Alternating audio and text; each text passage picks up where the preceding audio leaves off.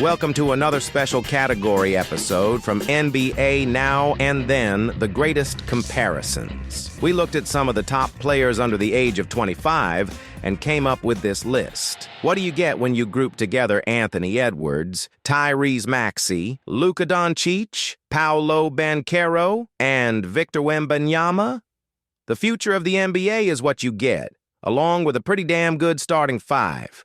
We compared these players to former NBA stars and had a blast discussing how they share a variety of skills, accolades, and statistics with guests from our 50, 40, 90 interview series. Chris Klein is a staff writer for Fansided and is a co-host for the Sixer Sense podcast. How about a player who just retired and a player who really took a huge leap in the playoffs, being a second-year player? But who would you pick? 10 years of good health, Blake Griffin or Paolo Banchero? This one is, I think, pretty darn tough.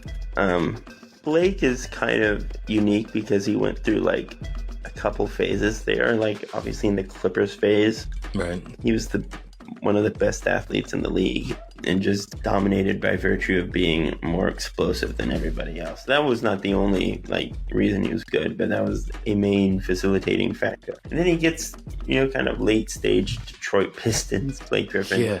Didn't have the athleticism, and he was good. Really awesome. Yeah. He evolved in such a cool and interesting way. Yeah. I think Paolo is going into the league with more offensive skill than Blake.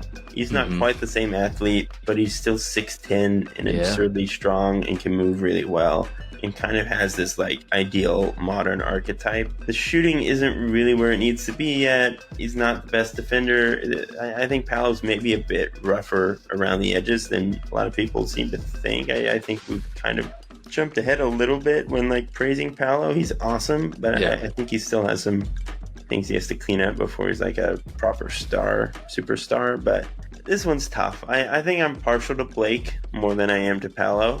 Mike Gioseffi is the co-host of the popular Ringer podcast called Sports Cards Nonsense. Right, Paolo, we haven't seen a bunch of. I think I'd take a shot with him. Okay. I know what I'm getting with Blake. Blake's another guy, couldn't really stretch the floor much. Unbelievable at the rim. Same thing, late game, you could hack Blake early on especially, and I'd live with him at the free throw line. Yeah, especially young. Banchero's got kind of that it factor already. Not a great team in Orlando. I think I'd roll with him in that one. Paolo Banchero. Blake Griffin. Paolo Banchero. Blake Griffin. Paolo Banchero. Blake Griffin. Backs it up. Will turn. Down the He'll go to work. Step back. Over Durant. Shot is up. Banchero drills.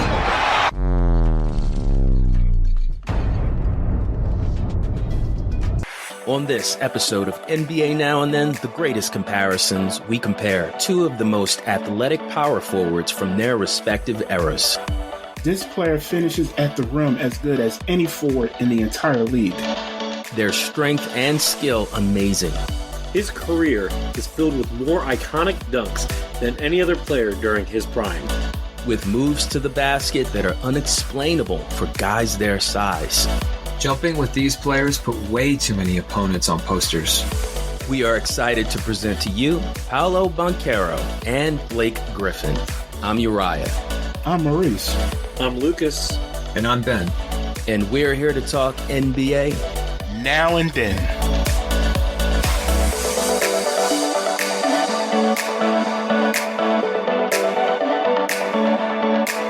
Hey everybody, we're back after an iconic episode where we compare James Harden to Allen Iverson. And now we're moving on to two dynamic forwards, one that just retired and the other just had a great debut for his postseason performance. But before we start, I just want to ask people to please follow our show on Apple Podcasts or Spotify. It would really make a difference as we build our Comparison Hoops community.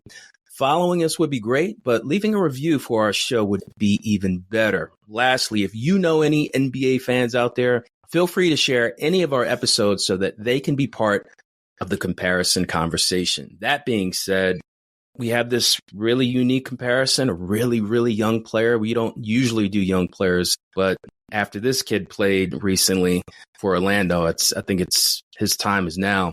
Lucas, I'm going to go to you first. Blake Griffin, Paolo Banchero.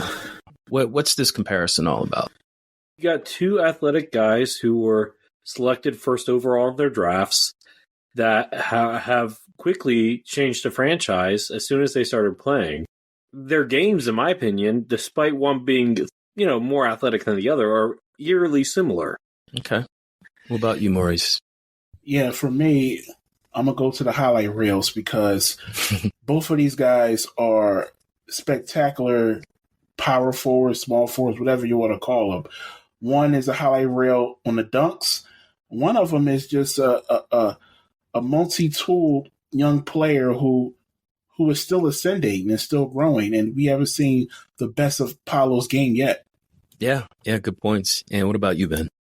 Yeah, the unanimous number one picks is kind of what stands out, like in both their drafts. And then what everyone said, like both were all-stars by the time they were 20, 21. Like they right away not only played good basketball, but winning basketball. As we all just saw, he almost took his team at 20, 21 years old to the second round. So yeah, 38 and 16 in a game 7.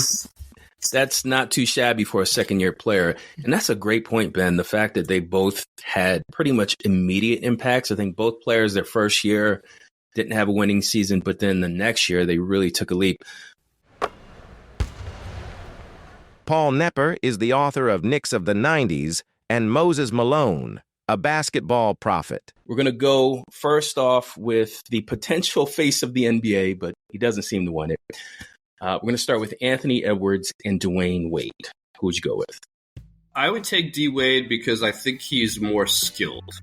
And I mean, love, like everyone, love Ant, tremendous talent. And we haven't seen the best of him yet. So it's hard in that we don't know what is he? How old is he now? Probably 24. Probably 24. Yeah. 23, 24. I mean, he's at 28, he's going to be significantly better. And so we don't know what that's going to look like. But I think, when you compare those two guys, I think D Wade was better quicker. By his second year, he was a monster at a level that Ant hasn't even reached yet, I think. I think ball handling was better with Wade. I think he had a higher IQ. I think he just had a little better feel for the game, running the offense, knowing when to take over, knowing when not to. I think that's something that Ant is still learning and struggles with a little bit at times, when to defer, when not to. I think Wade was more efficient, particularly in the mid-range. Ant's a better three-point shooter for sure, but I think Wade was more efficient in the mid-range. And so I think Wade was an underrated defender. He was a very good defender. Yeah, I think as is Ant. I think they're comparable defensively. So I think offensively, I think Wade was probably a little better passer. As I said, a little more skilled. I think a little better ball handler, a little better passer, a little better mid-range shooter, and a little higher IQ. And so I would give the edge to Wade, with a caveat that we don't know what Ant's ceiling is yet. Who would you go with in a draft? Martin Soares is the founder of the Basketball Society and co-founder of Holistic Hooper. Anthony Edwards or Dwayne Wade? I'm going with Dwayne Wade because I've seen him do more at his greatness level than I've seen. I think Ant is going to be amazing. I think he's amazing already. Yeah. But I do have somewhat of, I'm a shooting guard guy. I told you I'm a Mike Kobe guy. As far as shooting guards, right after Mike and Kobe, it's D Wade for me. I was obsessed with his splitting the trap game, his high pick and roll game, his Euro step game. I was such a big D Wade guy. His defensive ability, blocking shots, like he really just did it all. So I'm going with D Wade. Keith Pompey is the 76ers beat writer for the Philadelphia Inquirer. Anthony Edwards and Dwayne Wade. Who would you go with, Keith? Yeah. Tough one off the bat. Man, if you said both of them a decade, decade long, you know, good health. I'm going with Anthony Edwards. Oh, first one. Okay. Yeah, I mean, I know a lot of people will say D Wade, and D Wade was the man, right? Right. But if you're saying both of them, if you could say both of them, like Anthony Edwards to me is like, he's like closer to Jordan, like in like Kobe, like he's that guy, like you know what I'm saying? Like he's that dude, and he has that ruthlessness and all this and that. So I'm going with him. Like I mean, again, and I love Dwayne Wade, but if you're telling me both of them could be on the same level, yeah, I'm going with him. I'm going with Anthony Edwards. Anthony Edwards. Dwayne Wade. Anthony Edwards. Dwayne Wade. Anthony Edwards. Dwayne Wade. 22 seconds left in overtime. At 79. Edwards. He decided right here. Defends on a switch. Crossover. Puts it up. He is good. Yeah, baby. This kid is a live wire.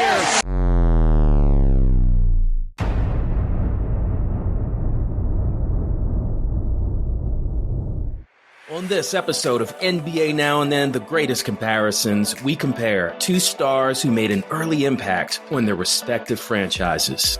This former number one pick is the alpha wolf that Minnesota needs to lead their pack. His legacy is cemented, not just in Miami, but around the entire NBA.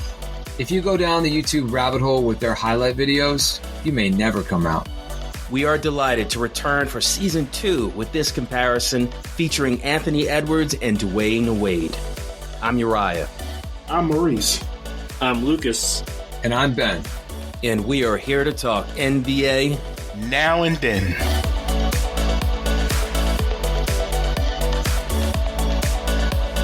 What's up, everybody? We are back. It is Season 2.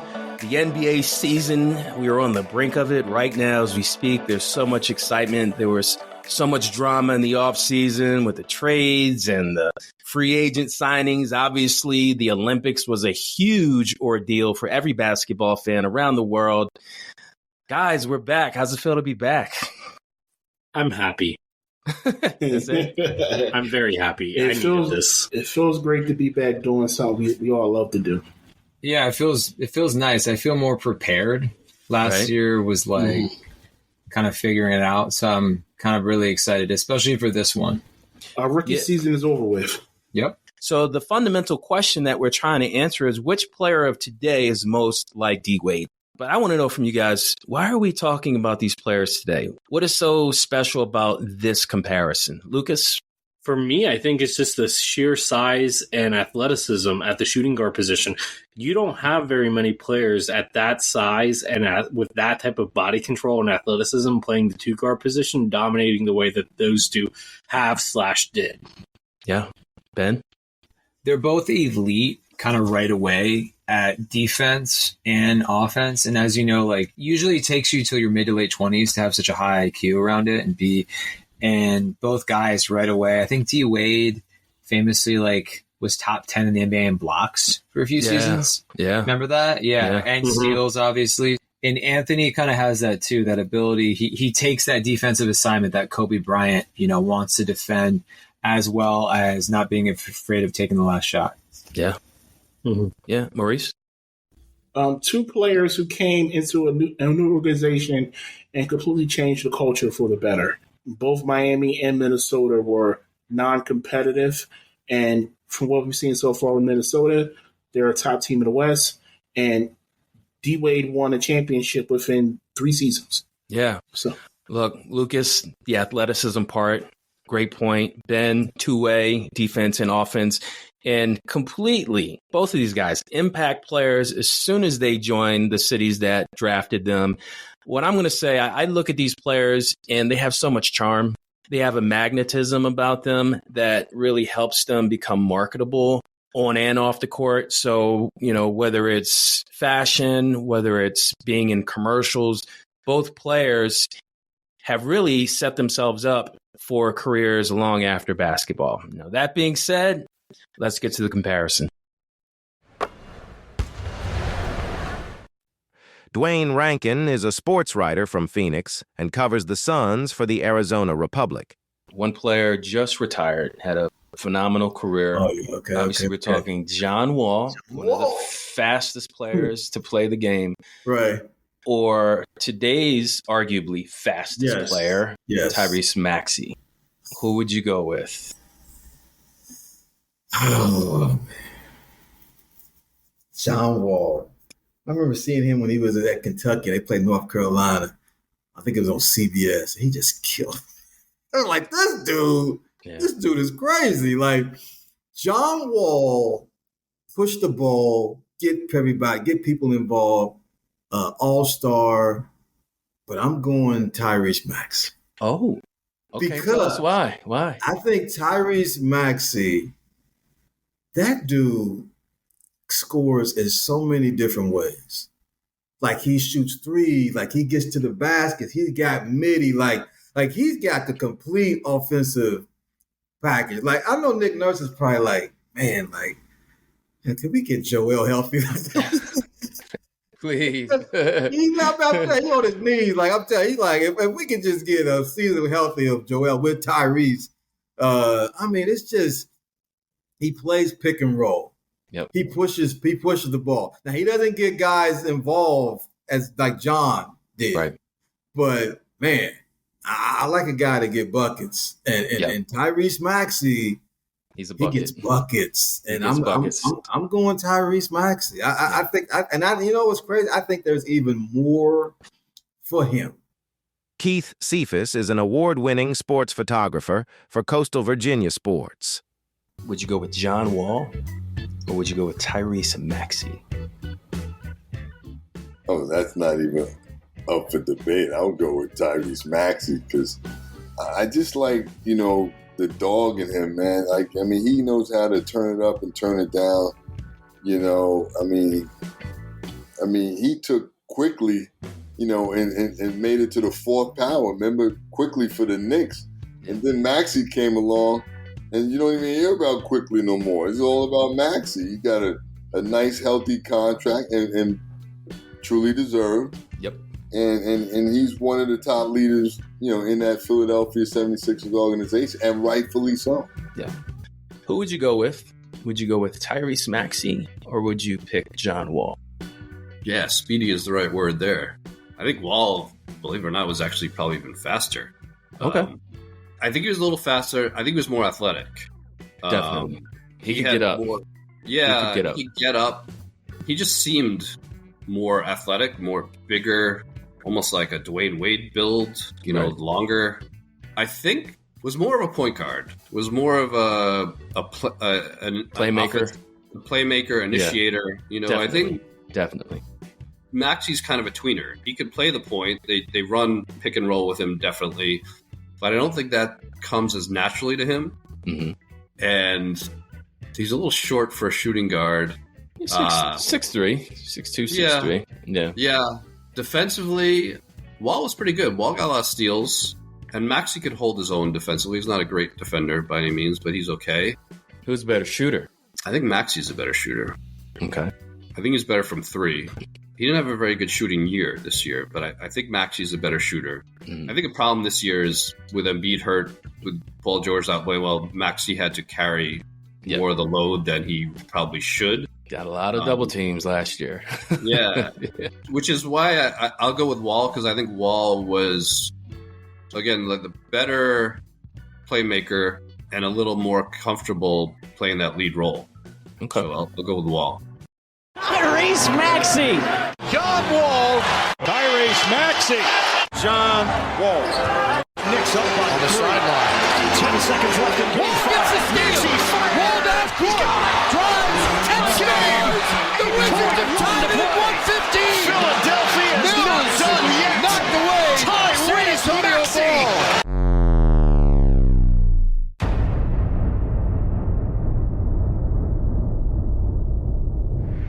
On this episode of NBA Now and Then, the greatest comparisons, we compare two guards with unbelievable speed.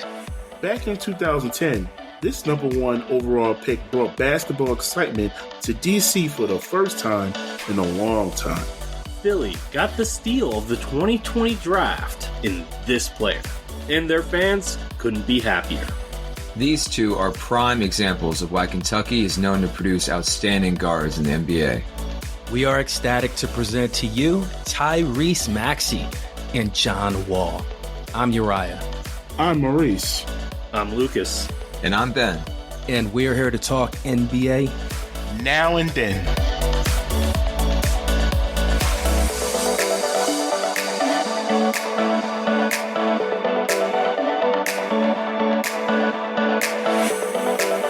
Hey, what's up, everybody? We're back with another comparison episode. Before we begin, we do ask that you follow our show on Apple Podcasts or Spotify. You know it makes a difference for us as we are building this Comparison Hoops community. Guys, we are talking Tyrese Maxey. We are talking John Wall. I'm going to go to Ben first this time. What is it about this comparison? Why are we doing this today? We're doing this because these two guys use their speed and athleticism. That's their biggest attribute in what they do. Their first step, they get by you. The athleticism is just too dangerous. So that's why we're comparing them. Yeah, you blink your eyes and, one of those players is already on the other end scoring a layup or a dunk.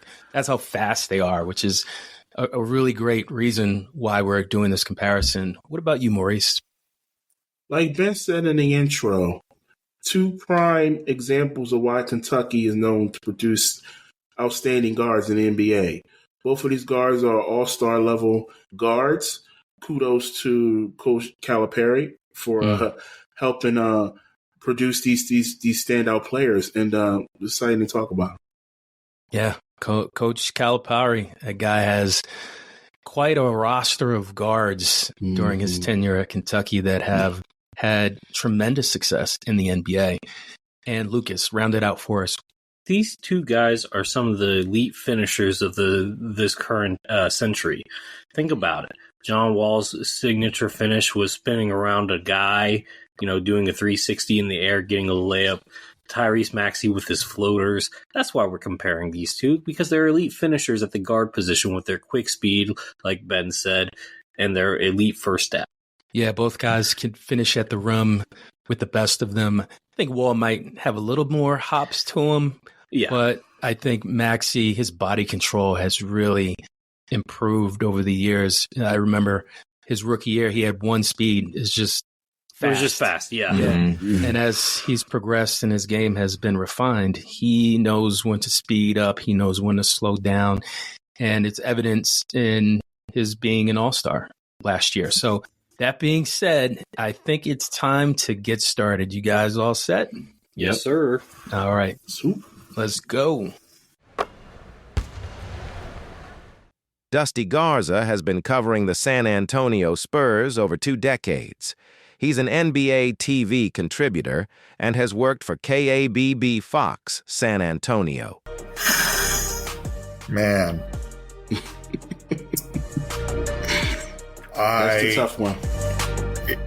I'm going to take Larry, and again, because of the defensive edge that he provides me versus Luka. Luka can score, and he's a walking bucket, no doubt. But defense wins championships, and offense sells tickets, and like we see, what happened with Dallas. So many people were high on Dallas. I picked Boston just because of that same reason that I'm picking the way I am right now, is because defense wins championships, and Larry was a good defender as well as an awesome offensive player. So that's a good one. That is a good one. When we did that episode, Dusty, we definitely fleshed out some little details. And one of the things is his defense was overlooked. Larry Bird was an all-defensive player, and he hustled. He took defensive assignments that most people would cringe at, like guarding Julius Erving. Who wants to guard him? But he did his best. But yeah, I think, Maurice, it is tough because Luka can do so much, but I think Larry could do pretty much what Luka could do, but defense is that edge to him. I mean, we've seen Luka, obviously he brought a team to the finals, but Larry Bird won 3 championships. Larry Bird won 3 MVP awards. He had some help. He did have some help. He absolutely had help. Three Hall of Famers, or 2, at least 2. Yeah, absolutely. 3 if you think if Bill Walton. Right. Yeah. I think I'll go with Bird. Just again, getting the nod because he did it. He's done it. Everyone says Bird. I've been waiting for someone to break that. I think the defense is what separates. Yes. I think when we analyzed that episode, it was the defense, which people forget sometimes really separates some guys. Sherwin Vassallo is a basketball trainer from Canada and is a skills coach for the University of Manitoba women's basketball team. I am going to, wow. Yeah, I'm going to have to say Luka. I'm going to have to say Luka. Really? Okay. Yeah. Wow. I think you might be the first person. He might be the first one. Tell us why. Yeah. I want to know. Let us know. Wow. I mean, and this is going to be weird for me to just try and break them apart. Both IQ players, they're both good shooters, great shooters. Yeah. I think that just a 0.5% up on athleticism for Luka. Mm-hmm. Okay. So it's nothing that's definitive. I think it's just more of a, ask me tomorrow. I'll probably pick Larry Bird. Luka Doncic, Larry Bird. Luka Doncic, Larry Bird. Luka Doncic, Larry Bird. Most amazing late game players that I've ever seen. Finney Smith to inbound. Back to Doncic. Doncic pulls up, three-pointer. Bang! Bang! It's good. Doncic wins the game.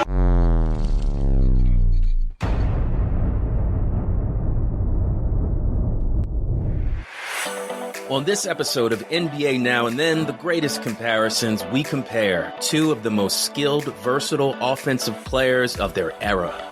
From small town Indiana to big city Boston, this legend helped save the NBA. Their basketball genius, unbelievable. His fantastic play has added magic to his name, but not the one from the 80s. Their spontaneous style, sublime. Whatever these two lacked athletically, their skill helped build a surplus of iconic highlights. We are proud to present to you Luka Doncic and Larry Bird. I'm Uriah. I'm Maurice. I'm Lucas. And I'm Ben. And we're here to talk NBA Now and Then.